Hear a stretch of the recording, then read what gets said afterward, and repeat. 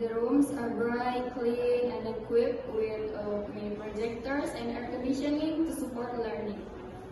Students use the classroom for friendly and presentations. Wow, the classroom looks very comfortable. Yes, let's see.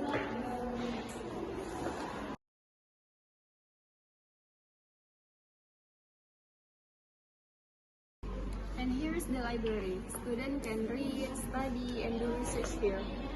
The library has many academic books, journals, equipped for learning.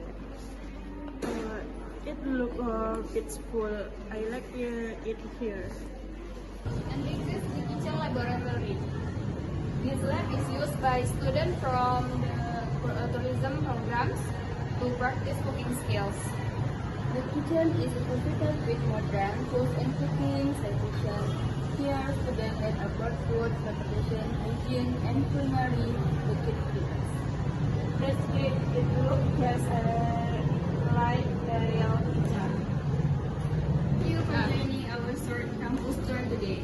We would be very happy to welcome you as a part of Imelda University. Thank you, Alvin and Nepa. The from welcome and explanation, I really enjoyed the tour. Thank you so much, Ajay. We are happy to hear that.